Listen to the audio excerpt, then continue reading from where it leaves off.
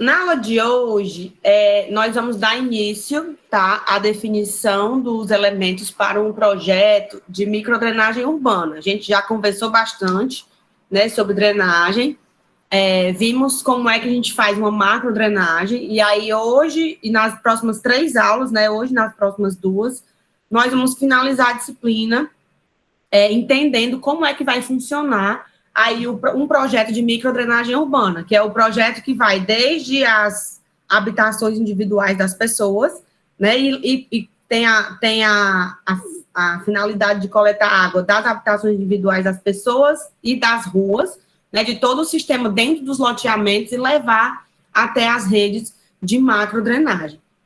Então, a partir de agora, a gente começa aí a entender melhor, né, quais são esses elementos, qual a funcionalidade de cada um deles e como que a gente vai dimensionar esses elementos aí. Os elementos físicos do projeto de microdrenagem, né, eles são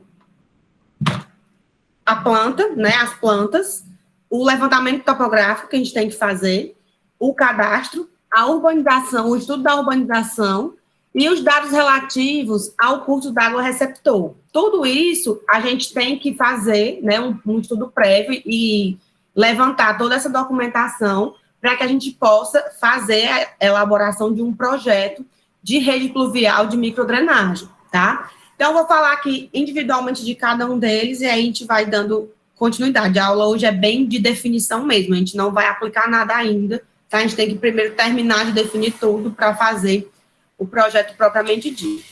Então, as plantas que são necessárias são a planta de situação e a planta de localização dentro do estado, né? A gente precisa conhecer toda a área, toda a situação da área, questão de número de habitações, né?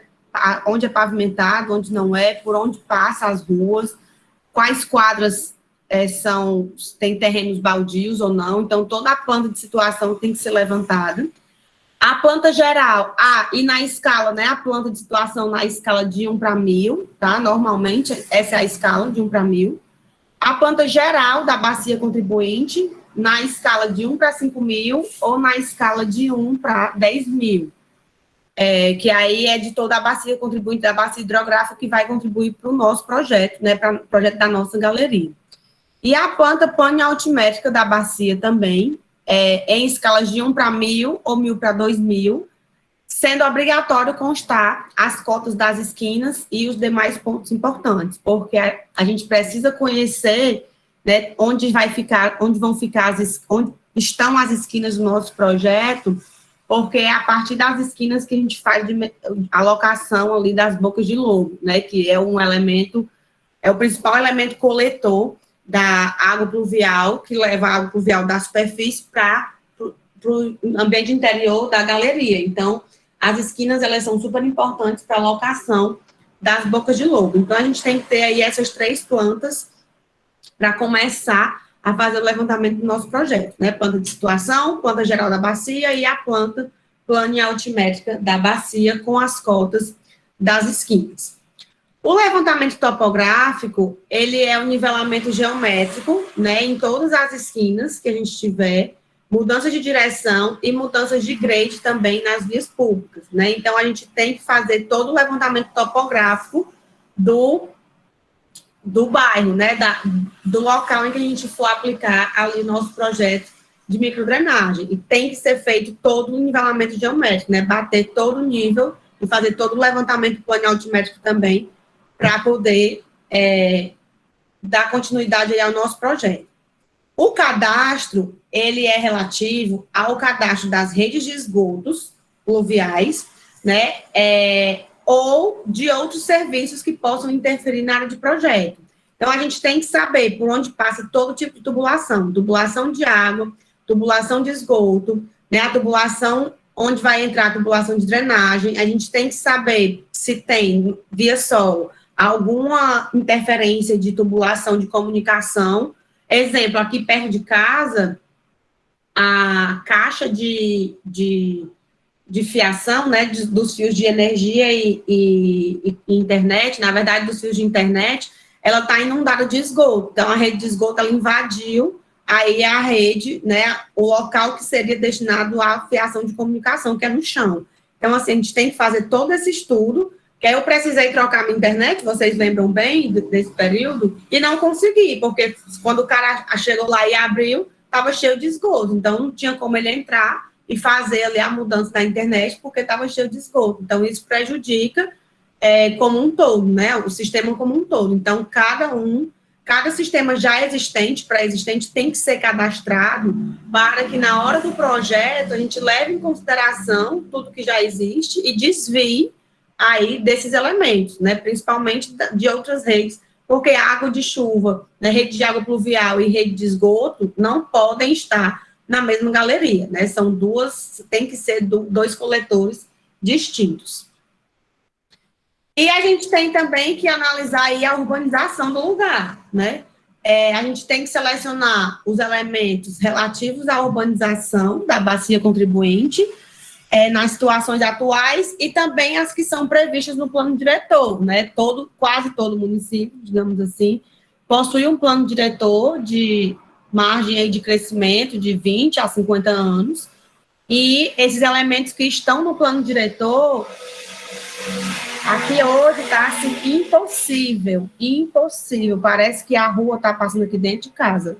Que eu não sei o que é isso, não. Liberou, foi tudo, pô. O negócio tá pesado aí. Olha, eu tô doidinha aqui, sério mesmo. Eu tô o dia todo dentro desse quarto, tô com uma dor de cabeça que não tem, não é outra coisa, não. É essa zoada aqui desse povo passando. Tá triste mesmo. Eu tô de janela fechada, né? Imagina se eu abrir. Voltando, né? Esse é o efeito da urbanização, tá? É exatamente o efeito da urbanização na vida de uma pessoa, esse caos aí. Então, esses elementos, né, que tem que ser previstos. O tipo de ocupação, se a gente tem ocupação residencial, se a gente tem ocupação comercial, e se a gente tem obras de infraestrutura, né, de lazer comunitário, tipo praças, parques, etc. O percentual de ocupação dos lotes, a gente tem que saber qual é o percentual que está e qual é o da previsão. E também a ocupação e o recobrimento do solo nas áreas não urbanizadas que são pertencentes à bacia, que é isso, se existe a conservação da vegetação natural, né, ou não, se tá desmatado, se é campo aberto, se não é. Então, assim, tem que ver isso aí, porque quanto menos vegetação, mais compactado fica o solo, né, a própria chuva ajuda a compactar e aí mais impermeável também. Então, tudo isso tem que ser levado em consideração, né? Tudo isso vem em consequência aí da urbanização da bacia.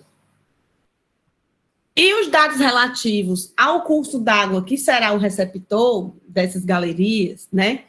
Eles vão nos indicar aí sobre o nível da água máxima do rio, né? A gente tem que saber o nível máximo da água do rio que vai receber o lançamento final, e também o levantamento topográfico do local de descarga final. A gente tem que saber, né, para poder não ter perigo de projetar toda uma rede e aí lançar essa rede para um local de topografia desfavorável e fazer com que a água tenda a voltar por dentro da tubulação. Então, a gente tem que ter todo esse levantamento aí do local de descarga.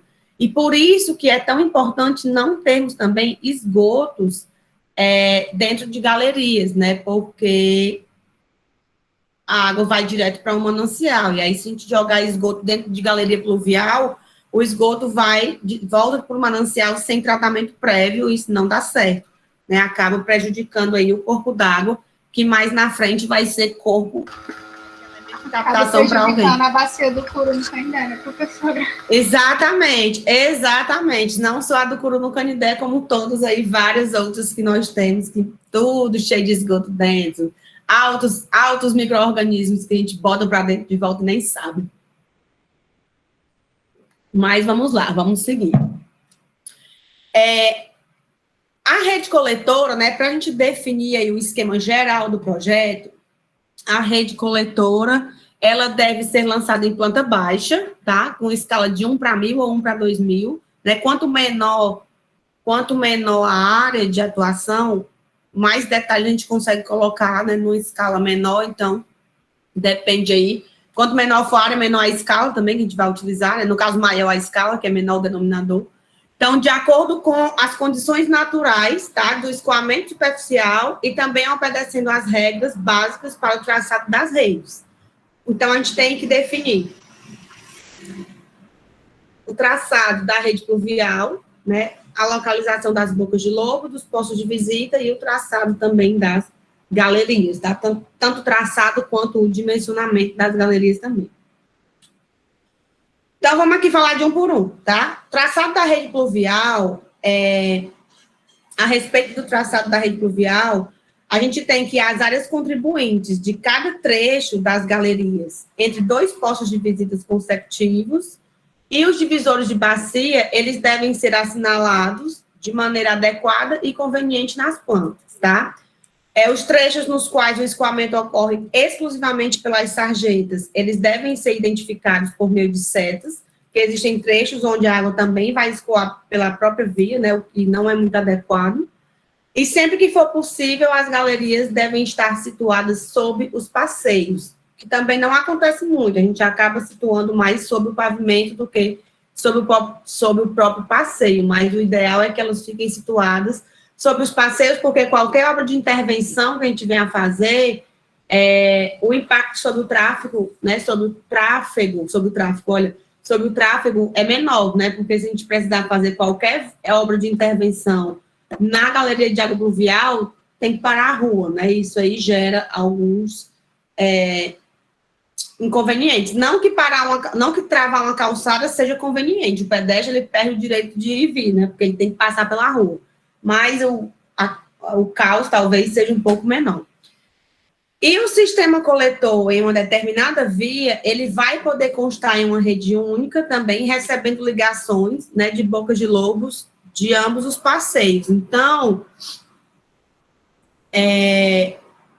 a gente tem aquela situação, né, tem aqui o pavimento, aí aqui tem uma boca de lobo, aqui tem outra boca de lobo, a água vai entrar por aqui, aí eu faço aqui a ligação das duas bocas de lobo com a mesma galeria. Ao invés de fazer uma galeria aqui para cada um, né, embaixo de cada passeio, eu posso fazer uma galeria maior e aí faço a conexão aqui através, né, dos ramais de ligação, captando a água direto das bocas de lobo.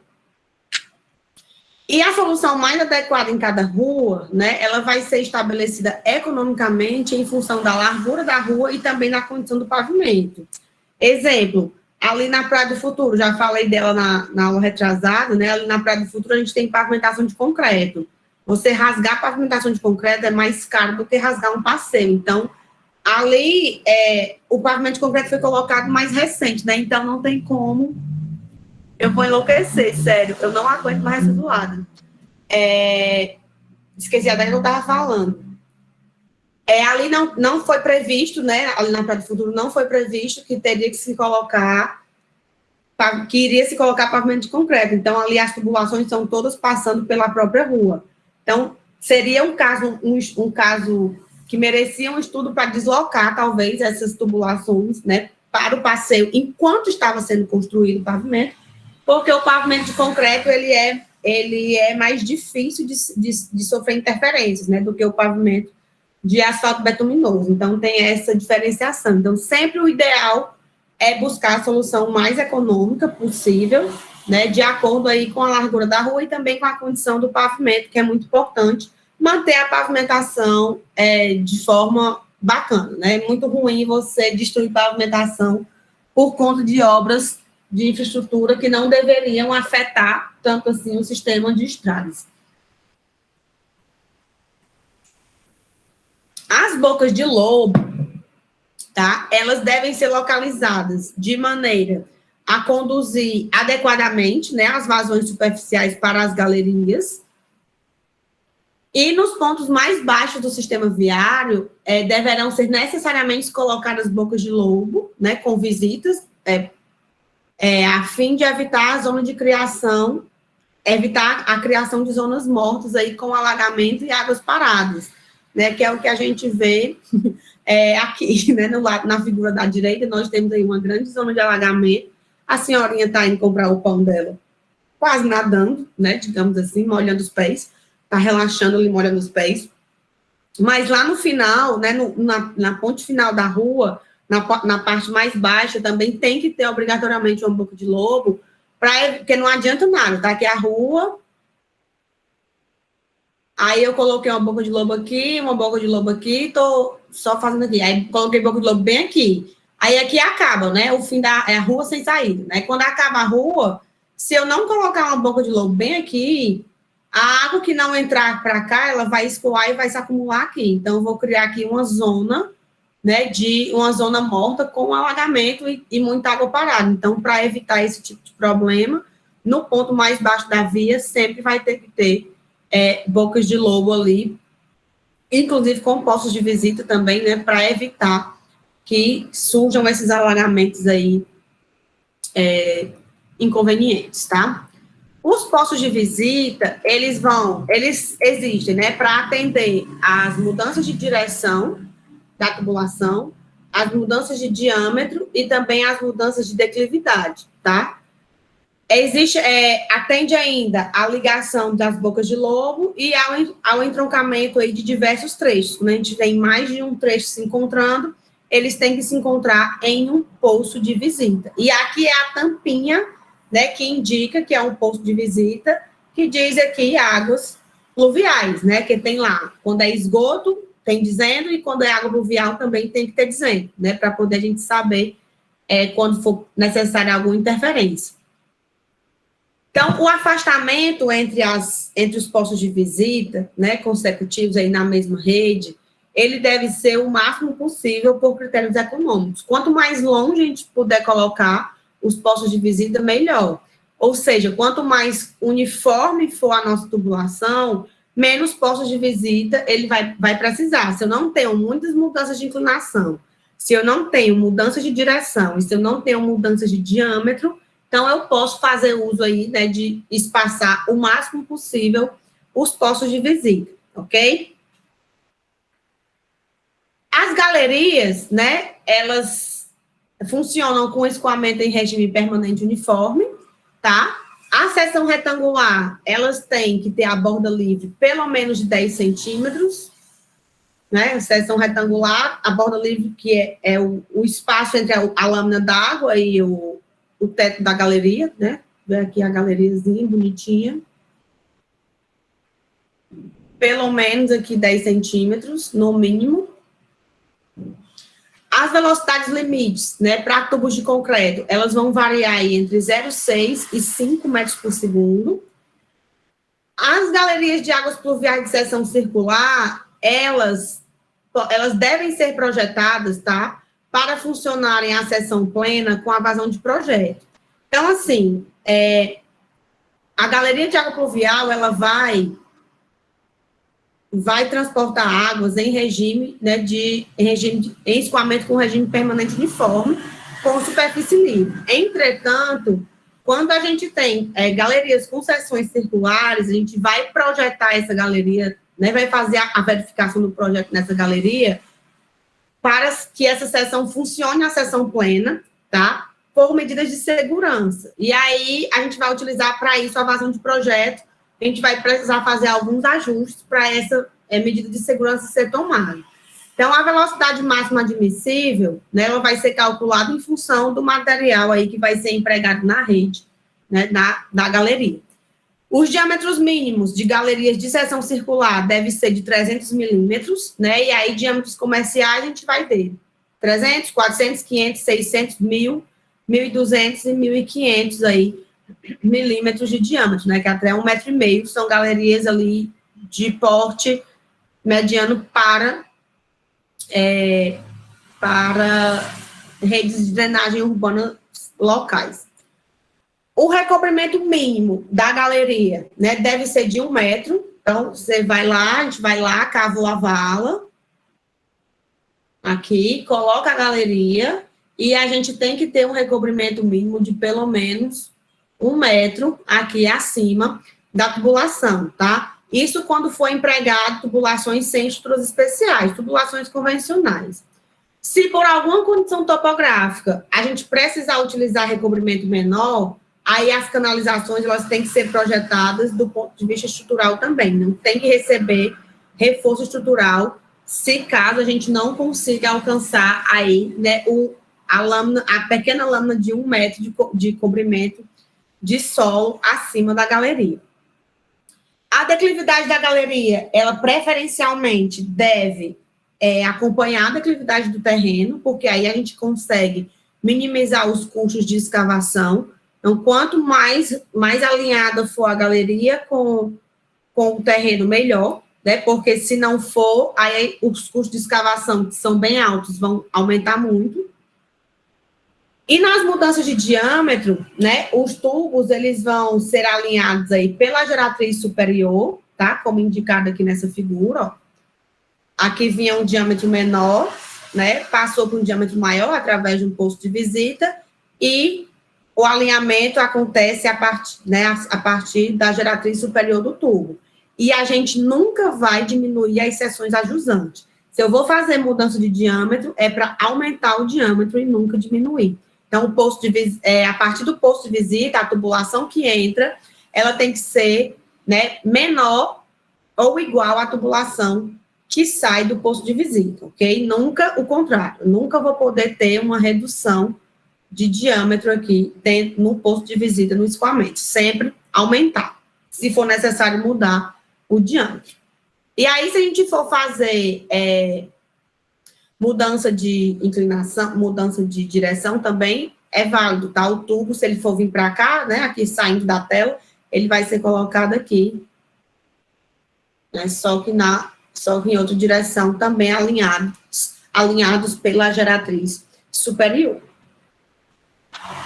Para a gente dispor esses componentes aí da rede de microdrenagem, né, a gente vai estudar cada um aqui separadamente. Então, nós vamos falar do traçado preliminar das galerias, dos coletores, das bocas de lobo, dos postos de visita e postos de queda, e também das caixas de ligação. A disposição desses componentes é simplesmente saber aonde é que nós vamos poder colocar cada elemento desse. Primeiro que a gente vai ver aqui é o traçado preliminar das galerias, tá? Esse traçado, ele tem que ser desenvolvido, né, simultaneamente com o projeto das vias públicas e parques. Por quê? Para evitar a imposição do sistema de drenagem, né, imposições ao sistema de drenagem, perdão, que normalmente conduzem aí soluções mais onerosas. Então, a intenção é fazer a compatibilidade de projetos, né, que eu sei que nem sempre é possível, uma vez que a gente praticamente não tem rede de drenagem, né, vocês devem lembrar no vídeo que eu passei para vocês assistirem a aula passada, o percentual de municípios no Brasil com o projeto diretor de drenagem é alarmante, a gente praticamente não tem municípios com o sistema de drenagem, né, a água corre aí naturalmente pelas vias mesmo, e seja o que Deus quiser. Então, assim, esses projetos, o interessante é que eles sejam alinhados exatamente para evitar o tipo de intervenção, como eu falei, ali na Praia do Futuro, né? Eu acho que não deu 15 dias da inauguração do pavimento, foi preciso fazer intervenção lá, mas eu acho que ali foi de esgoto, né? Não foi de drenagem. Mas a intenção é evitar o mesmo prejuízo, né? Então, a gente tem que procurar o máximo de homogeneidade na distribuição das galerias, para que o sistema ele possa proporcionar condições adequadas de drenagem em todas as áreas da bacia. Quanto mais homogêneo for, né, tem aqui uma bacia, sei lá. Aí, aqui é a área de inundação, né? A cidade está acontecendo aqui. Os quarteirãozinhos e tal, as casinhas, blá, blá, blá, bonitinho. Se eu fizer um projeto de drenagem que seja bem centralizado, vou passar aqui uma via aqui, uma rede de drenagem aqui, outra rede aqui, pegando lá de fora e trazendo aqui para a galeria principal, né? Então, essas áreas onde eu tenho as proximidades dos elementos, ela vai ser bem mais drenada, mas as áreas em que eu não tenho tanta proximidade assim, corre o risco de eu sofrer ali com problemas de inundação. Então, o interessante é que nós tenhamos o máximo de distribuição aqui homogênea na bacia de redes de microdrenagem possíveis, tá? Vai ter, nem que tenha um coletor aqui principal, não tem problema, mas que a gente tenha diversos coletores secundários que cheguem até, né, essa rede principal de drenagem para evitar que a mesma bacia seja atendida de formas diferentes, de acordo aí com a sua localização. Então, o traçado preliminar das galerias, ele tem que visar exatamente isso, manter essa homogeneidade aí da drenagem dentro da bacia que a gente está trabalhando, tá? Os coletores, né, para a gente determinar os coletores, dimensionar os coletores e dispor os coletores, a gente tem duas hipóteses para a alocação da rede coletora de água pluvial. Uma delas é sob a guia, né, abaixo do meio-fio, e a outra é abaixo do eixo da via pública, certo? A gente tem essas duas hipóteses de disposição aí dos coletores de águas pluviais. O recobrimento mínimo do coletor, ele deve ser também de 1 metro, né, sobre a geratriz superior do tubo, mesma coisa lá da galeria, devendo ainda possibilitar a ligação das canalizações de escoamento e também das bocas de lobo. Então, as canalizações de escoamento, elas têm que ter um recobrimento mínimo de pelo menos 60 centímetros, tá? O coletor não, o coletor e a galeria são de 1 metro. As bocas de lobo, elas são, né, as locações das bocas de lobo, elas têm que considerar as seguintes recomendações. Quando for ultrapassada a sua capacidade de engolimento, ou quando houver saturação da sarjeta, deve haver bocas de lobo nos 2 lados da via, e caso não se disponha de dados da capacidade de escoamento das sarjetas, recomenda-se aí um espaçamento máximo de 60 metros entre as bocas de lobo. Então, o ideal é que a gente conheça, né, o projeto da sarjeta e a capacidade de transporte de água nas sarjetas também, para poder dispor aí as bocas de lobo, tá? A melhor localização para as bocas de lobos é em pontos um pouco a montante, né, das esquinas, a gente até viu na aula passada, ali antes da esquina e antes da faixa de pedestres também. Não se recomenda colocar as bocas de lobos diretamente nas esquinas por conta dos pedestres, né? Que aí os pedestres teriam que saltar, que foi aquele exemplo que eu morri de falar, tá, da Dom Luiz com a Vicente Leite, que cria ali aquela zona de inundação, né? Então, tem que saltar a torrente de um trecho para atravessar a rua, além de ser um ponto onde 2 torrentes de água vão se convergir, né? Então, a situação recomendada é que ela seja colocada antes das esquinas e a faixa de pedestre vai estar aqui, né?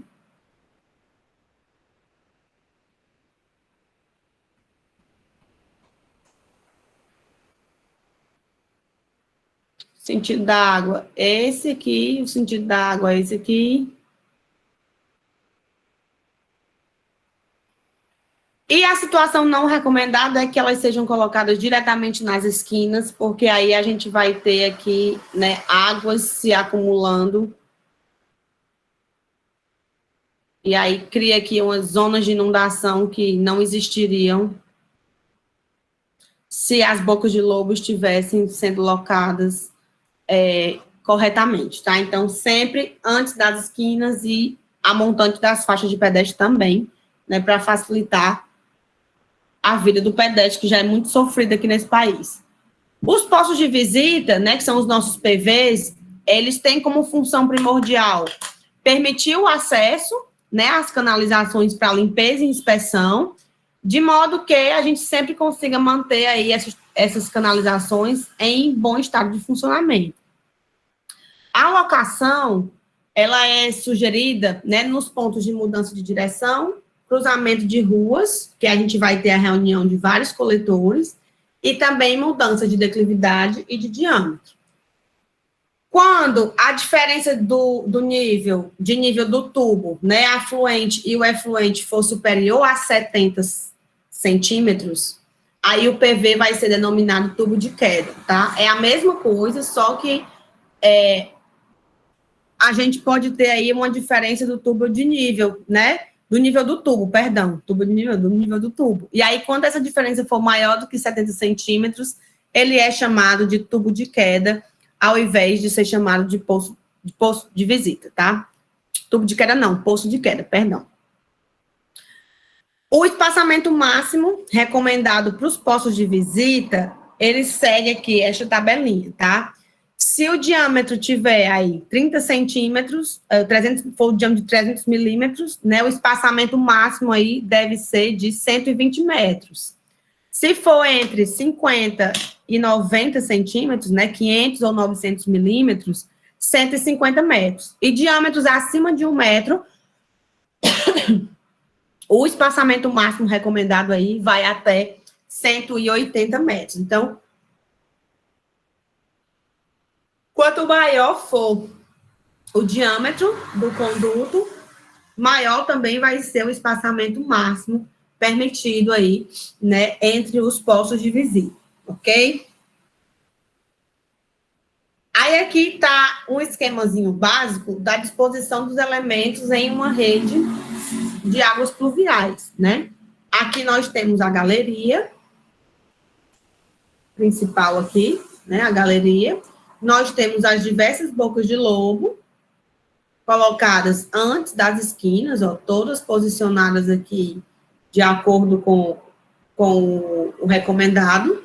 As bocas de lobo, elas conduzem, né, através das suas canalizações aqui, as canalizações coletoras, elas conduzem a água até a galeria, e essas águas vão chegar aí através dos postos de visitas, né? Sempre que a gente tiver uma contribuição na galeria, a gente faz aí a ligação dos postos de visita. A boca de lobo, a água que essa boca de lobo recebe, ela vem por aqui e passa para cá. A dessa daqui vem por aqui, passa para cá, tá? Então, a gente tem aí, ó, a dessa boca de lobo aqui vem para cá e passa para cá, para só, então, cair aqui no posto de visita. A gente não tem ligação direta da canalização caindo dentro da galeria. Elas vão cair através de um poço de visita, né? E aí vai continuar, a água vai continuar aí com a sua vida lindamente seguindo em frente, né? Tocando a estrada e tocando em frente. As caixas de ligação, elas são utilizadas quando a gente tem, né, quando se faz necessária a alocação de bocas de lobo intermediárias, tá? Ou então, para evitar que se chegue no mesmo PV mais de 4 tubulações. Os postos de visita, é indicado, né, que chegue neles só até 4 tubulações diferentes, tá? Quando a gente tem mais do que isso, quando a gente tem mais do que 4 ligações, aí é recomendado que a gente coloque uma caixa de ligação. Então, a função dela é similar do posto de visita, porém, elas não são visitáveis. Ela simplesmente é uma caixa de ligação, não tem lá a tampinha pro cara da manutenção descer e fazer a limpeza. Aqui não é feito limpeza, é feito simplesmente a manutenção, a ligação, tá? Aqui, tanto pode ser feito com um posto de visita, como pode ser simplesmente uma caixa de ligação, né, que aí ela recebe canalizações de bocas de lobo intermediárias, que a gente vai ver aí que existem bocas de lobo, né, como é que a gente vai locar essas bocas de lobo aí no decorrer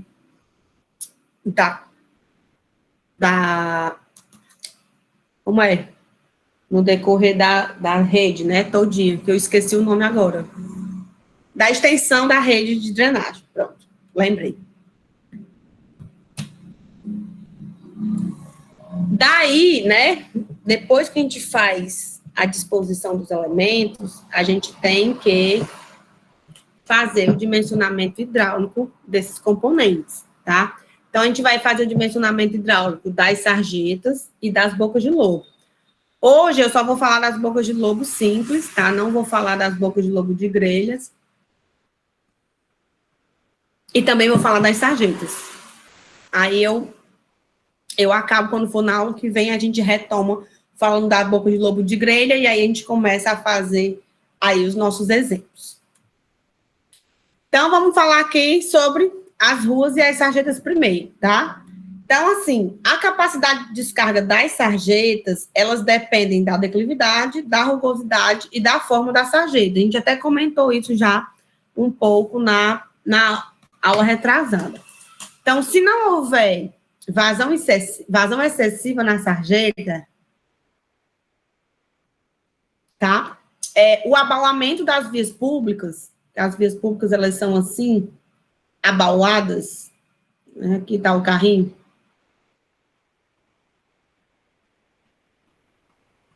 Tá lindo o meu carro. Na verdade, isso aqui é a vista frontal de um carro, tá? Aqui são as malas da galera voltando da quarentena do interior. Tá? O Caio vai-se embora, ó, aí trouxe aqui 2 caminhões com as cores dele que ele levou. Mais ou menos isso. Tipo, mas tu já tá aqui em Fortaleza de novo? Já voltou? Já, filha, desde domingo passado, atrasado. Veio trazer o corona de volta pra cá, foi? Não, aqui já tá sobrando. Já, tá certo. Às vezes não fique com fuxico, com o negócio de ficar viajando, viu?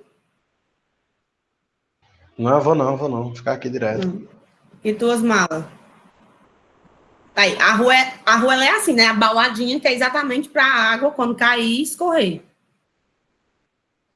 A precipitação vem e faz isso aqui. E aí, enche a sarjeta, né? Enche aí as sarjetas. Então, se não houver essa vazão excessiva, né? Aqui, aí esse abalamento, ele faz com que as águas escoem pela sarjeta, e o excesso de vazão pode ocasionar a inundação das calçadas, e as velocidades altas podem até erodir o pavimento. Então, o ideal é que as sarjetas sejam projetadas para dar conta, né, de todo o aporte de vazão que venha a escoar ali pelo pavimento. Por quê? Porque se não der conta, aí pode ser que ela fique mais cheia do que o que deve, e aí forma ali aquela lâmina d'água sobre o pavimento, e água com pavimento betuminoso, a gente sabe que não combina muito bem, né? Então, acaba erodindo o pavimento aí e criando uma buraqueira insuportável. Menino, falando em buraco, eu ia me lascando domingo, que minha irmã voltou a trabalhar ontem, né, segunda-feira, o hospital veterinário reabriu, aí ela voltou a trabalhar e foi para casa dela de volta, né? E aí eu fui deixar ela ali na borda de ela abriu um buraco na entrada do túnel, sentido Aldeota Montese, que quase que eu caio dentro, que eu ia ficar no prego até hoje, viu? Porque eu não tirava mais o carro lá, não. Que buraco medonho. Eu fiquei foi com medo, um buracaço mesmo. Que abriu e ele tá assim com as bordas bem assim, clamando por um pneu para ele rasgar no meio. Tá ótimo. Pode-se calcular a capacidade de condução das ruas e das sarjetas sob 2 hipóteses, tá? Água escoando por toda a calha da rua, aí a gente vai admitir que a declividade transversal da via seja de 3%, e que a altura da água na sarjeta seja de 15%, ou então a água escoando somente pelas sarjetas. E aí, quando a gente considera que a água vai escoar somente pelas sarjetas, a declividade da via também vai ser de 3%, porém, a gente só vai ter aí 10 centímetros de altura, né, da altura da água na sarjeta. Então, a inclinação aqui, o nosso I0, ele vai ser 3%, mas o que vai variar aqui é a altura da lâmina d'água, né, que pode ser 10 centímetros ou pode ser 15 centímetros, dependendo aí se a água vai escoar por toda a calha da rua ou somente pelas sarjetas. Tá aqui o mesmo desenho que eu fiz, né? Toda a calha, somente pelas sarjetas, com a inclinação aqui, né, longitudinal aí de 3%. Ela vai assim, ó, inclinação aqui 3%. A verificação da vazão máxima escoada pela sarjeta, ela é feita através da equação de Mann, né, onde a vazão, ela está em metros cúbicos por segundo, o Nzinho é o coeficiente de rugosidade de Mann, depende do material, o RH é o raio hidráulico, a área da seção da sarjeta e aqui a declividade longitudinal da rua, né? Então, o coeficiente de Mann, a gente pode adotar 0,018 para o concreto, 0,016 para o asfalto, vai depender do material que a gente esteja trabalhando, tá? É importante a gente atentar, né, para o fato aí de que se a vazão for maior ou igual do que a capacidade da sarjeta, aí a gente vai ter que utilizar bocas de lobo para retirar o excesso da água. Okay? Porque se a gente tiver uma vazão maior do que o que a sarjeta pode levar, aí vai acontecer o que tinha naquela foto da senhorinha indo comprar pão, né? A água ela não vai conseguir escoar todinha e vai invadir a pista, né? Vai invadir a via, e isso não é bom, né? Então, para evitar esses excessos aí, a gente sai colocando bocas de lobo no decorrer da sarjeta para retirar aí o excesso da água. Isso, obviamente, contando que a boca de lobo vai funcionar de forma satisfatória, né? Senão vai ter um carro dentro, ou um colchão, ou qualquer outra coisa que impeça a água de entrar na boca de lobo. Então, depois a gente calcula a capacidade teórica da sarjeta, a gente vai multiplicar por um fator de redução, que esse fator de redução, ele já leva em conta a possibilidade de obstrução da sarjeta e a pequena declividade por conta da pequena declividade por sedimentos, tá? E aí, esse fator de redução, ele também é tirado da CETESB, né? E depende da declividade da sarjeta, tá? Se for 0,4, a gente vai reduzir 50%, de 1 a 3, 0,8, 5%, 0,5, 6%, 0,4, até 10%, que a gente vai reduzir aí 0,2, tá? Então, a gente tem que fazer essa redução aí, porque quanto mais inclinada a sarjeta, quanto maior for a declividade, maior é a velocidade, e aí mais sedimentos vai ser carregado pela essa correntezazinha, né, que acontece ali dentro da própria sarjeta. A capacidade da sarjeta, ela, né, vai depender da inclinação inclinação transversal da rua, tá? Então, assim, essa figura aqui que está muito ruim, mas dá para entender mais ou menos, ela ilustra uma rua de inclinação transversal, né, com inclinação transversal, ou seja, ela começa mais alta e termina mais baixa, e mostra que a capacidade da sarjeta, ela diminui, tá? À medida que a gente vai aumentando a elevação, a capacidade da sarjeta, ela vai diminuindo.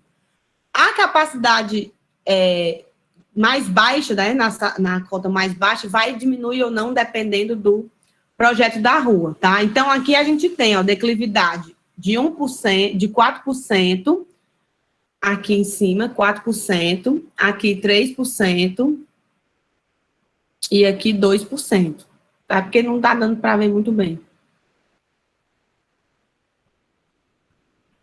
E aí, o que é que nós temos? Nós temos, se a gente calcular os volumes de escoamento em cada sarjeta dessas, tá? Em cada sarjetinha dessa aqui, ó, tá aqui o volume da água, né? E a área disponível aqui para o escoamento na sarjeta, tá?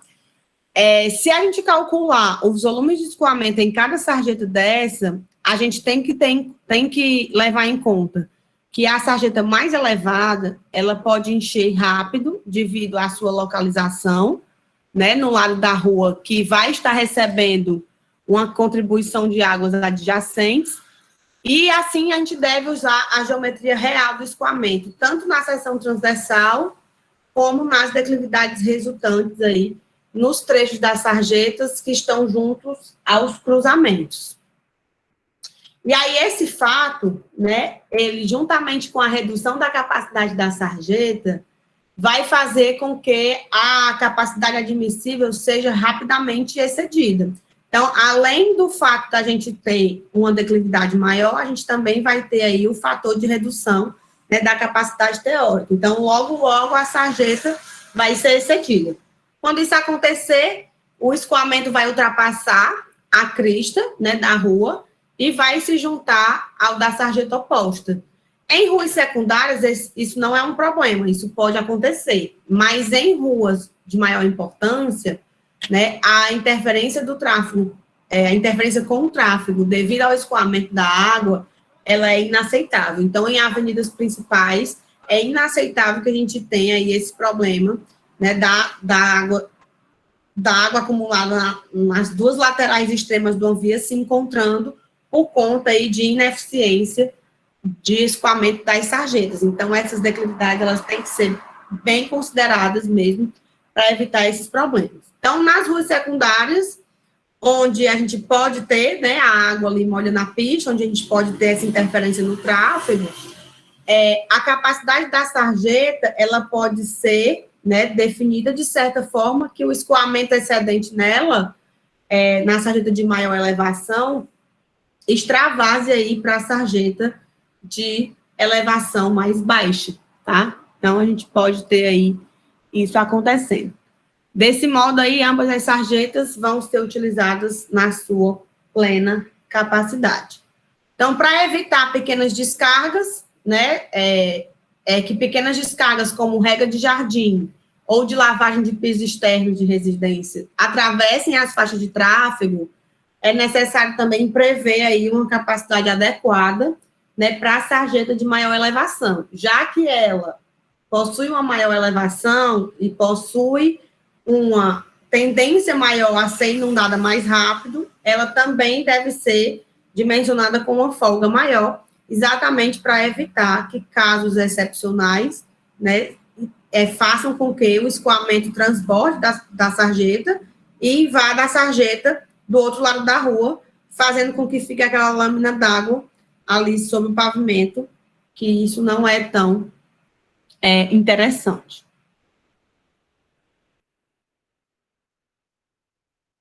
A capacidade de escoamento, né, da rua para a chuva inicial de projeto, ela vai ser determinada com base em duas considerações, tá? A verificação da capacidade teórica do escoamento, que aí é baseada na inundação máxima do pavimento, e também, né, ao ajuste das condições reais, baseado aí na aplicação de um fator de redução na capacidade de escoamento, por obtenção de descarga adusível. Quando a gente vai tratar da inundação do pavimento, né, que a gente vai considerar que o pavimento ele ficou aí na sua máxima taxa de inundação, o sistema de galerias ele deverá se iniciar no ponto onde é atingida a capacidade admissível de escoamento da rua e deverá ser projetado com base na chuva inicial de projeto. Aí aqui está uma tabela, né, para a gente, onde é permitido, uso permitido de ruas para escoamento de descarga de chuva inicial de projeto em termos da inundação do pavimento.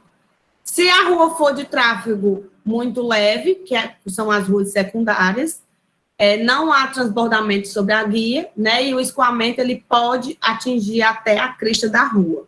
Se for tráfego leve, ou seja, uma rua principal, sem transbordamento sobre a guia, o escoamento deve preservar pelo menos uma faixa de trânsito livre. Então, quando for tráfego pesado, ou seja, avenidas, não, né, continua sem transbordamento sobre a guia, e o escoamento deve conservar pelo menos uma faixa de trânsito livre em cada direção.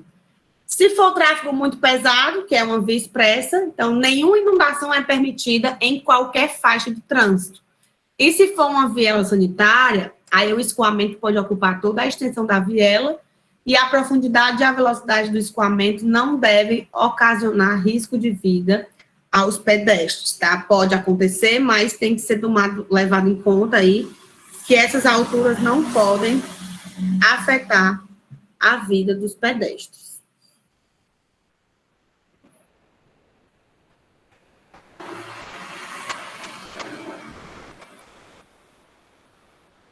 Se a gente for levar em consideração o cálculo da capacidade teórica, aí é aquela equação que eu mostrei para vocês na aula retrasada, né? A capacidade teórica de descarga das sarjetas, ela pode ser computada se a gente utilizar a equação de Manning modificada, né? Que aí a vazão, a capacidade teórica, capacidade de descarga vira 0,375, Z sobre N, I elevado a 1/2 vezes Y elevado a 8/3, onde o Q é a vazão escoada, O Z é o inverso da declividade transversal, né, da sarjeta.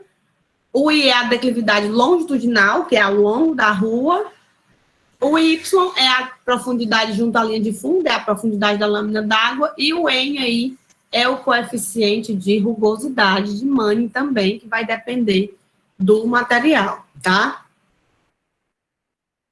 Se a gente for utilizar aí a descarga admissível na sarjeta, né, ela deve considerar essa descarga, ela deve ser calculada multiplicando a capacidade teórica pelo fator de redução correspondente, né? Então, esse fator de redução, ele tem o objetivo levar em conta a menor capacidade efetiva de descarga das sarjetas de pequena declividade, por conta aí das maiores possibilidades de sua obstrução por material sedimentável, né, que é a areia que está aí presente na própria via, que quando a água da chuva bate, ela vai levar, né, ela vai lavar literalmente o pavimento, então ela leva uma série de detritos aí sedimentáveis, oriundos de formações rochosas, e também leva em conta os riscos para os pedestres, né, no caso de sarjetas com grande inclinação,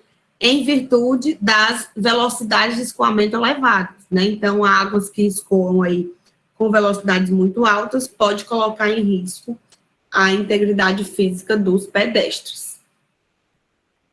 Falando um pouco agora sobre as bocas de lobo, a gente vai já acabar, né? E vamos falar aqui das bocas de lobo simples. As bocas de lobo, elas são elementos colocados nas sarjetas, né, com a finalidade de captar a água veiculadas por elas.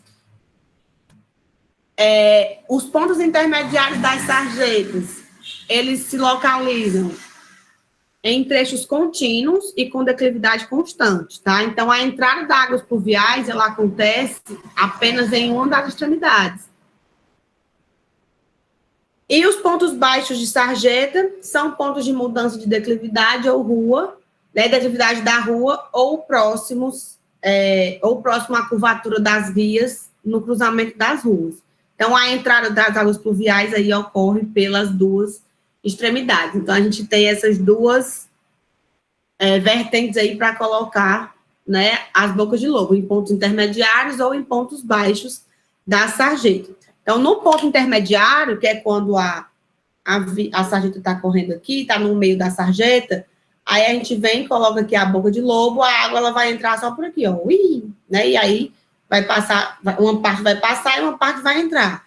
Quando a gente está no ponto mais abaixo da sarjeta, lá no final, aí a boca de lobo, a água entra pelas duas extremidades aqui na boca de lobo, tá? Porque já é o finalzinho dela. Tá? E aí, aqui são os tipos de boca de lobo que a gente tem, né? Boca de lobo de guia, boca de lobo com grelha e a boca de lobo combinada, tá? A boca de lobo de guia é a que é aberta no guia da rua, né? E aí pode ser com ou sem depressão. A boca de lobo com grelha é a que é aberta no chão e é protegida por uma grade, que a gente chama de grelha.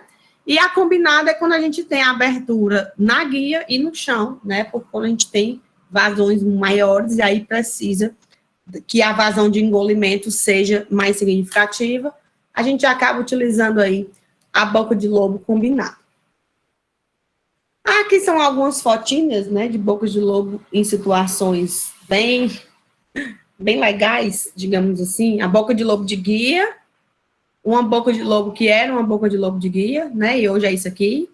A de grelha, né, aqui, uma que era uma de grelha, né, e aí ficou, tá meio destiorado. Aqui também é uma boca de lobo de guia com depressão, né, que é essa inclinação a mais aqui na entrada da sarjeta. Aqui não tem depressão, ó, vocês percebem que a via continua, só tem mesmo a entrada, né, então, quando a gente tem depressão, a gente tem essa rampinha aí, que dá acesso, e aqui é uma boca de lobo com um carro dentro, né, que é super comum a gente ver essas cenas aí espalhadas pelos nossos centros urbanos, de tão degradante. Assim, aqui essa boca de lobo, ela é grelha e ela é combinada, né, porque aqui tem a entradinha, ó, na guia também, tá? Não é só grelha, não. Vamos lá. A boca de lobo simples, né, que é a nossa boca de lobo de guia, ela é constituída por uma abertura vertical no meio-fio, denominada guia-chapéu. E é através dessa abertura que a água pluvial vai entrar, né, na boca de lobo, vindo aí das sarjetas. A principal vantagem dessa boca de lobo simples é que as obstruções por detritos, embora sejam inevitáveis, elas são menos frequentes por serem aberturas maiores, tá? É muito comum a gente ver a galera colocar umas grades na boca de lobo, é porque eu não tenho nenhuma foto aqui. Aqui é a boquinha de lobo, aí a galera vem aqui e coloca tipo umas grades assim, para evitar que entre sujeira. Só que quando a gente faz isso, a gente está piorando a situação, né? Porque pode ser que algum elemento de menor porte fique aqui preso entre duas dessas grades, que não passe, e aí a gente acaba reduzindo a capacidade de engolimento, né, da nossa boca de lobo. É super comum. E aí a água fica com menos área livre para poder entrar. Então, a boca de lobo ela tem que estar desobstruída, tá? Ela não tem que ser, a boca de lobo de guia, ela não tem que ser gradeada de hipótese nenhuma, que é melhor que o detrito pequeno, ele vá junto com a correnteza, do que ele fique ali causando maiores transtornos de enchentes, tá? E a principal desvantagem dela é a baixa eficiência quando for utilizada em sarjetas com declividades longitudinais acentuadas. Porque se eu tenho uma declividade longitudinal muito acentuada aqui na sarjeta, a boca do lobo está aqui, né? Então, a minha velocidade é muito grande, acaba que a capacidade de engolimento dela é reduzida. Então, essa é a principal desvantagem da boca de lobo simples. A boca de lobo com grelha, ela possui uma abertura coberta com barras metálicas, né, longitudinais ou transversais, formando grelhas, né? A principal desvantagem dela é a obstrução com detritos transportados pelas enxurradas, acarretando aí uma redução substancial em sua capacidade de esgotamento. É exatamente esse mesmo problema aqui. Só que aqui na grelha, né, as entradas já são menores. Os espaços entre as barras já é menor, né? Até porque não pode ser um buracão no chão, senão a pessoa pode vir tacar o pé dentro, cair, ou um carro pode cair também dentro, né? Então, a gente tem que ter aí essa proteção assegurada, tá? Mas detritos aí carregados pela enxurrada podem, da mesma forma lá, também obstruir, né? E reduzir a capacidade de escoamento.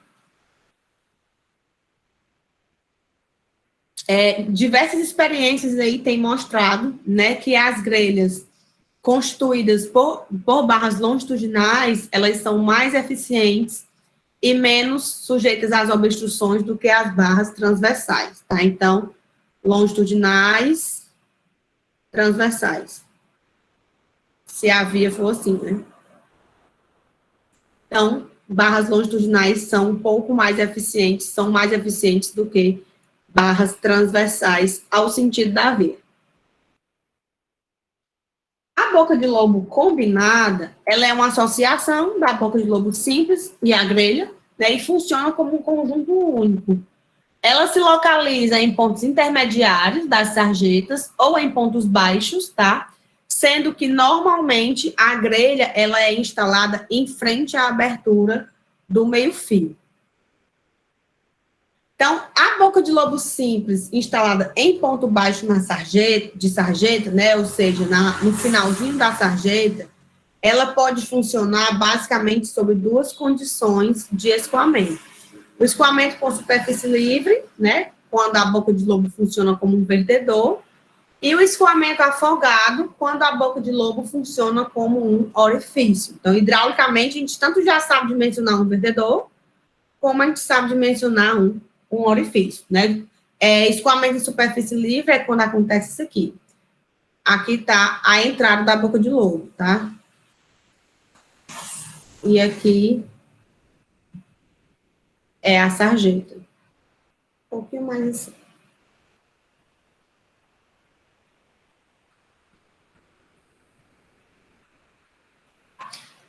água vem por aqui, né? Tá aqui a sarjeta, a água vem escoando, escoando, até que finalmente transborda. E aí a veia líquida, ela faz isso aqui.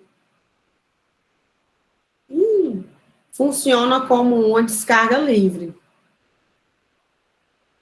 E aí a parte inferior da boca de lobo, ela vai funcionar como um vertedor. Se a gente tiver, né, o escoamento afogado, quer dizer que do outro lado da boca de lobo também possui líquido. Então, aqui, o nível da água vertente, né, da lâmina vertente, é inferior ao nível da água aqui superior. Então, a lâmina d'água vem e descarrega sobre uma lâmina. No orifício, não, né? No afogado, não. A boca de lobo tá aqui, bonitinha. E o nível da água aqui já tá maior do que da veia líquida. Então, a gente tem aqui a contração, na verdade, né? Não é bem assim. A gente tem aqui a contração da veia líquida. E aí, isso aqui vai funcionar como um orifício, porque a veia líquida vertente está afogada.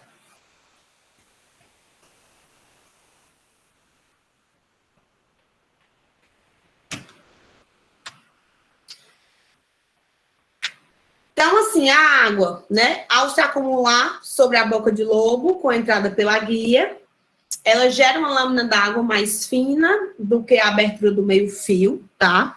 Então, a abertura aqui do meio-fio e a lâmina d'água. Então, a lâmina d'água Y, ela é menor do que a altura, né? Então, a relação Y sobre H é menor ou igual a 1, fazendo com que essa abertura ela se comporte como um vertedouro de seção retangular. E aí, a capacidade de engolimento, 1,7 vezes L, vezes Y elevado a 3 meios, onde que é a vazão, né? O Y é a altura da lâmina d'água, próximo à abertura da guia, e o L é o comprimento da soleira, né? Então, o nosso L é isso aqui, ó. E aí, a soleira é essa partezinha aqui. A boca de lobo, ela é uma parede, né? Então, a soleira é isso aqui, ó.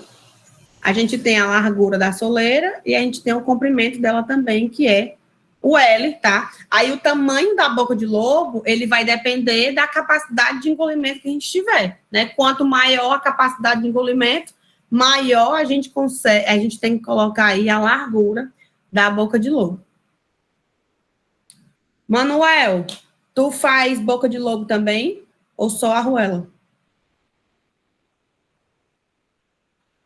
Manuel?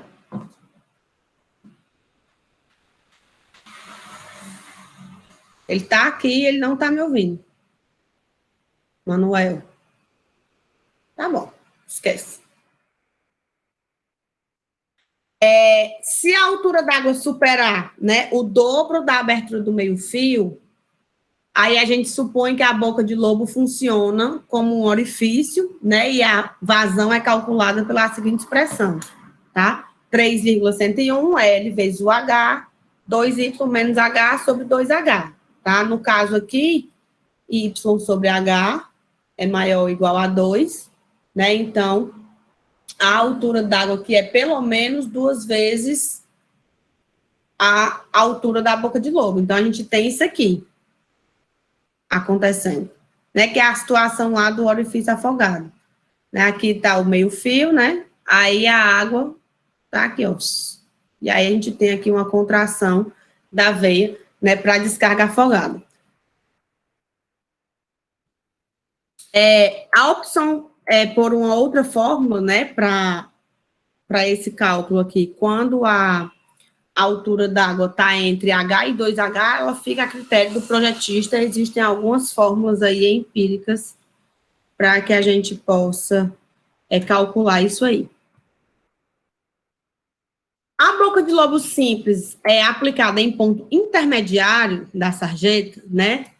quando ela está lá no meio, no ponto intermediário, não está em extremidade, se a altura d'água superar o dobro da abertura do meio-fio, a gente supõe, né, que a boca de lobo funciona como um orifício, tá? E a vazão é calculada pela seguinte expressão, que sobre L, né, que é a relação aqui entre vazão e largura da boca de lobo, vai ser igual a K mais C vezes 1Y, raiz de G vezes Y.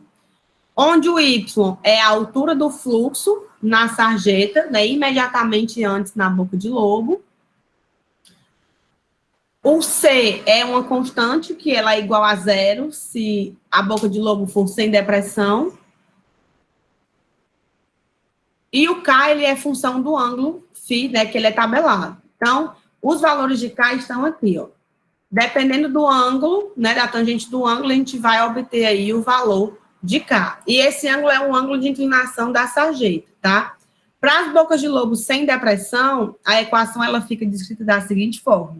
Q sobre L, K mais KC, Y elevado a 1,5 vezes a raiz de G. Onde K e KC, né, são valores adimensionais que dependem das características geométricas da sarjeta em relação à depressão. E se a gente não tiver depressão, quando o Azinho é igual a zero, que eu vou já mostrar aqui a esse, né, o KC vai ser igual a C e vai ser igual a zero, tá? E a tangente de θ, ela é igual a tangente de θ zero, que é quando a gente tem isso aqui, ó, sem depressão, né, tá aqui a altura da lâmina d'água, aqui é a vazão do escoamento, e entrou aqui, né, passou pela boca de lobo, a gente tem uma redução da vazão, tá?